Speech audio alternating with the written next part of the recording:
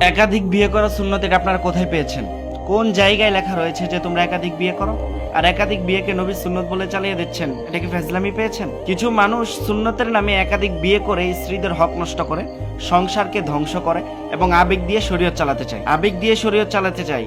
সমাজের কিছু মানুষ এমন ভাবে কথা বলে, আমাদের লেবাসধারী মানুষ এমন ভাবে কথা বলে যে একাধিক বিয়ে বা 4টা বিয়ে না করলে আপনার ইমানই পরিপূর্ণ হবে না, এমন ভাবে তারা কথাবার্তা বলে। আল্লাহ তাআলা বলেন, ফানকিহু মা তাবা লাকুম মিনান নিসাই মাসনা ওয়া সুলাসা ওয়া রুবা। মহিলাদের মধ্য থেকে যাদেরকে তোমাদের ভালো লাগে তোমরা বিয়ে করো।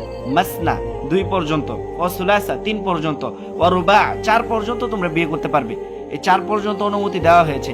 তো আয়াতের এতটুকু অংশ পরেই কিছু মানুষ, যেই বেটার একটা বিয়ে করারও যোগ্যতা নাই, বউ পালার মুরাদ নাই, সেই বেটাও লাফিয়ে উঠে এতটুকু শুনেই যে 4 বিয়ে পর্যন্ত ইসলাম জায়েজ করেছে, যে এতটুকু অংশ মানে আয়াতের এই অংশটা শুনেই সে লাভ দিয়ে উঠে যে সে 2টা বিয়ে করবে, 3টা বিয়ে করবে, 4টা বিয়ে করবে।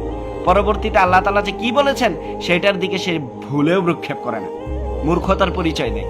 পরবর্তীতে আল্লাহ তাআলা বলেছেন, ফাইন খিফতুম আল্লা তাআদিলু ফাওয়াহিদা।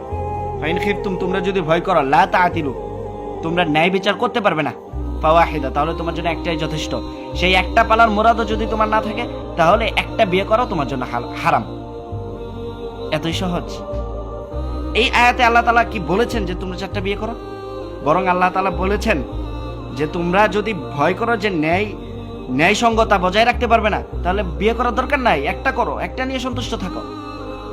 আর আপনারা এটাকে বাড়িয়ে দিচ্ছেন যে আল্লাহ তাআলা বলেছেন যে 4টা বিয়ে করো তোমরা। এত সহজ।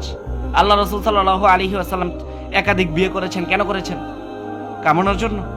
জীবনেও না।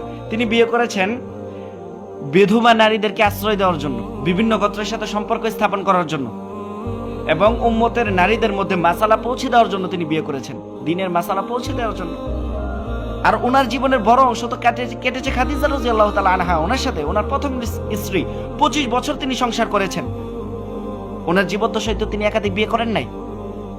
ওনার মৃত্যুর পর নবী সাল্লাল্লাহু আলাইহি ওয়াসাল্লাম তার শেষ বয়সে একাধিক বিয়ে করেছেন। এখানে কি আল্লাহ রাসূল বলেছেন যে তোমরা একাধিক বিয়ে করো? যারা বলে যে দ্বিতীয় বিয়ে করা মানে ইসলামের বড় সুন্নত পালন করা, তাদেরকে আপনি জিজ্ঞেস করুন নবী সাল্লাল্লাহু আলাইহি ওয়াসাল্লামের কোন হাদিসে বলা হয়েছে যে একাধিক বিয়ে করো? সাহাবাদের কোন আমল দ্বারা প্রকাশ পেয়েছে যে তোমরা একাধিক বিয়ে করো, না হলে তোমাদের আমল পরিপূর্ণ হবে না, তোমাদের ঈমান পরিপূর্ণ হবে না? দেখাতে পারবেন? একটা সিঙ্গেল দলিল দেখাতে পারবেন? সিঙ্গেল দলিলও দেখাতে পারবেন না। চ্যালেঞ্জ করলাম, একটা সিঙ্গেল দলিলও দেখাতে পারবেন না যে আমাদের সাহাবারা নবী সাল্লাল্লাহু আলাইহি ওয়াসাল্লাম বলেছেন যে তোমরা একাধিক বিয়ে করো সুন্নত। একটা সিঙ্গেল দলিলও আপনারা দেখাতে পারবেন না। ইসলাম এটা আবেগ দিয়ে চলে না। ইসলাম হলো দলিলের ধর্ম। শরীয়ত আপনার আবেগ দিয়ে চলে না, আপনার ভণ্ডামি দিয়ে শরীয়ত চলে না। ভণ্ডামি বাদ দেন।